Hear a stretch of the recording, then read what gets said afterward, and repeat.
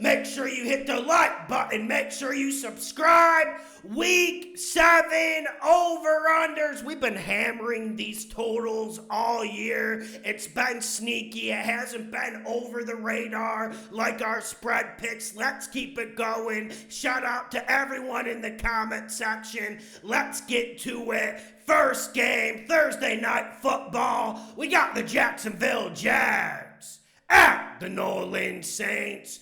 Over, under, 39.5. I'm going under. Just barely. I see a 20-17 game, and credit to Lawrence for playing. We know he has that knee injury, but we know he's going to come out there and fight like a dog. But my main concern is the Saints offense versus a resurgent Jags defense. And I know the Jags whooped up on Minshew last week, but I am seeing some signs. Their secondary is playing better, and I do question Carr's health. If the Saints can't run the rock really well, he's not able to push it deep, and he just doesn't look confident in this Pete Carmichael offense. Like, I think the Jags get to 20. I think the Saints get to 17. This is going under on Thursday Night Football.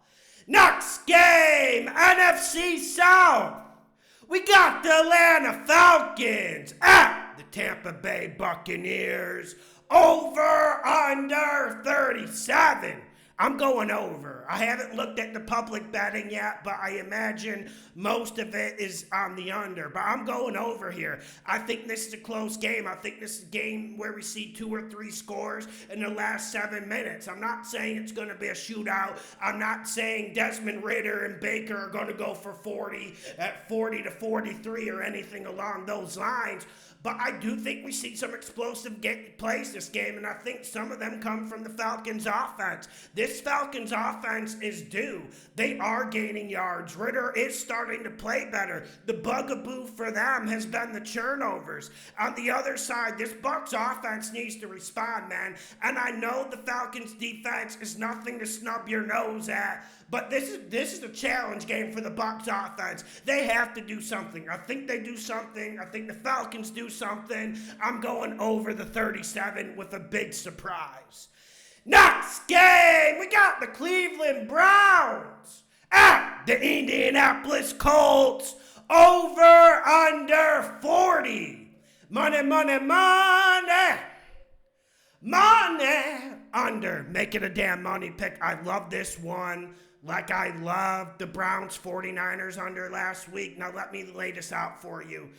Anthony Richardson out for the season. We're seeing another week of Minshew, and nothing against Minshew, but once teams prepare for him, once he plays 3 or 4 games straight, that's when he starts to crumble, and I think he's going to crumble.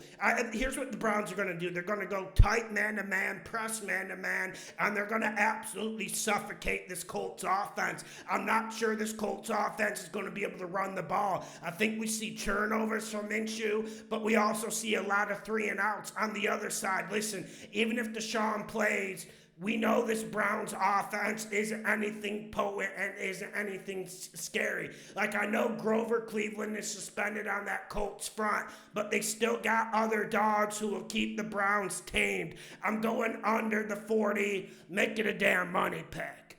Next game, we got the Las Vegas Raiders at the Chicago Bears. The Bears.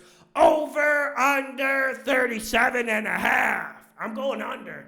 Not a lot of science.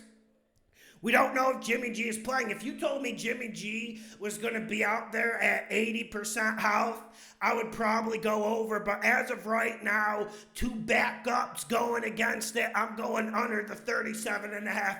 Please do not bet this game. Next game, we got the Buffalo Bills at the New England Patriots. Hoodie. Over, under, 41. I'm going under. Listen, it's looking like we got 22-mile-per-hour winds with a little bit of scattered showers. I did my weather work this week. Listen, this is more about the Pats offense. And we don't know if they're going to show up. I mean, let's not even talk about them getting to 10 or 13 points. I don't even know if they're going to show up and get more than 5 or 6 first downs. If the Bills get the lead, their defense is absolutely a stalwart. If it's an even game, we know that Bills defense is vulnerable. I think the Bills do their thing on offense. They just don't have a dance partner. This Pats offense is one of the worst, and actually it is the worst in football. I'm going under the 41. I don't think the wind and rain is going to help matters. Next game, we got the Detroit Lions. Campbell at the Baltimore Ravens. Over, under 42.5. I'm going over. And even with the wind, it's going to be over 20-mile-per-hour winds. It's not going to be anything insane where it's going to affect these two quarterbacks. Listen, I love both of these defenses. Both of these defenses bring the smack, they bring the energy, they bring the verb, whatever thing you want to say. But I think both of these quarterbacks have themselves a little bit of a battle. And I know these Ravens games normally skew towards under, and I'm sure most of the money will be on under. But even though I think the Lions win the game, I think this is a battle in the fourth quarter. Like I said, I think we see 3 or 4 scores in the last 5-6 minutes of this game. It just barely pushes over. I am curious to see what Goff does in the road and in climate conditions. I'm going over the 42.5. Next game, we got the Washington No-Names at the New York Giants. Over, under 39.5. Money, money, money. Money under. Make it a damn money pick. 20-mile-per-hour wind. I don't think it's going to play that big a factor because neither of these teams can throw the ball that well. And I think the Sam Howell experience is starting to suffocate a little bit. He just wasn't good against Atlanta. They put up like 170, 180 total yards in that game. Don't let the scoreline deceive you. Do the work. Watch the film. And on the other side, you got a really, really good Commanders defensive line going up. Listen, they're going up against the Giants offensive line that is made of Swiss cheese. And we don't know if Danny Jones plays. And if Tyrod gets in there, he's going to fight. He's going to fight for sure. It's just you need a little bit of blocking. I don't think the Giants get it. I don't think Saquon Barkley can work miracles. I'm going under the 39.5. Make it a damn money pick. Next game, we got the Pittsburgh Steelers at the Los Angeles Rams. Over, under 44. I'm going under. Like, listen, man. The Rams offense has been moving the ball great this whole year, and I think they have a matchup advantage against the Steelers secondary that just hasn't shown up this year. Let's be honest about it. Like, I know there's Tomlin magic, but they can't cover anyone, and when Pat Peterson's your best corner, you know, I'm sure Stafford is getting ready to slang at the Cooper. But I do think the pace of this game will slow down. It seems like the Rams top out at 24 points, and the Steelers offense just isn't too reliable. We all have heard the Matt Canada criticism, but also, like, I don't think they're able to run the ball that well. I don't think Kenny Pickett is all that good a quarterback. Like, listen, do I agree with Matt Canada's philosophy or play calling? No, but he has Kenny Pickett as quarterback, and that's a big reason why I'm going under the 44. That fluke win against the Ravens isn't going to get me beating my chest and saying, Kenny. Next game, we got the Los Angeles Chargers at the Kansas City Chiefs. Over, under 47.5. Money, money, money. Money, borderline. When I say Chiefs, you say over, right? It's borderline over the 47.5. Really, really borderline because the pace of game in some of these Chargers games have been weird. They put up a ton of yards, yet they only get to like 20 points. And that could be a problem in this game. And this Chargers defense is starting to play better. And we know this Chiefs defense has started to play better as well. But I think when you get Herbert, Mahomes on the national stage, I think this finds a way to push over. I just think both of these teams have too many explosive pieces. And also also, I do think the Chiefs' offense will have a response. That game against the Broncos just simply wasn't good enough, and it wasn't good enough for us viewers at home. Can you imagine how that performance went down in the locker room? I think the Chiefs' offense gets into the 30s. Chargers get to the mid-20s. It's going over. Make it a damn money pick. Next game, we got the Arizona Cardinals at the Seattle Seahawks. Over, under 44.5. I'm going over. It's going to rain the whole game. I don't think it's going to be torrential downpours. But I'll tell you what, man. I really wanted to bet this. I'm just really, really nervous about it raining the whole game. And with Josh Dobbs, we don't know how he's going to grip the football. And we don't even know if they can generate 10 points if he's off. But I think the Seahawks offense has a day. I think they get to the 30s. And when you look at these Cardinals games, when you examine these Cardinals games, it seems like every single game pushes towards the over. And, you know, the Cardinals always come out with a good script. We got to give their coaching staff credit. They just tend to fade in the second half. But for me, the reason why I'm going over is because this Seahawks offense needs a response. They need to beat their chest, and they need to show this league what they can do. Last week against the Bengals just simply wasn't up to standards. I'm going over in this rainy game. Next game, we got the Green Bay Packers at the Denver Broncos. Over, under 45. I'm going under.